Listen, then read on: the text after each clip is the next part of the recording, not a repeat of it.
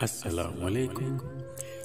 सईद हाशमी साहब की एक खूबसूरत नज़्म आप सामीन की नज़र। माँ महसूस होती है नज़र के सामने जैसे कभी वो फूल की मानिंद, नज़र से दूर हो जाए तो खुशबू बन कर आती है।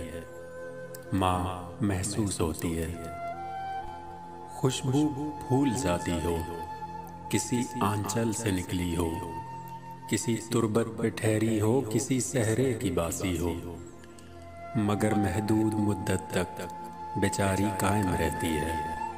मगर फिर एक खुशबू जो हमेशा साथ रहती है, वो खुशबू माँ की होती है।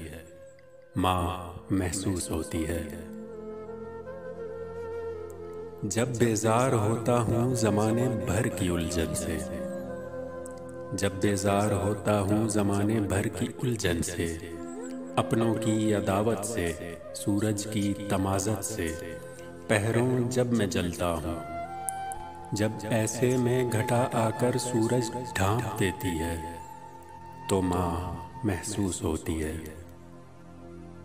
बाज़ारे ज़ीस्त में हर सू रुपए पैसों की छन छन है, कहीं तोहफों की चाहत है, कहीं रिश्तों की उलझन है।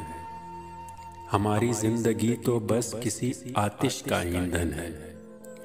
ऐसे में कोई पूछे कि रोटी खाई है तुमने, तो आंखें भीग जाती हैं।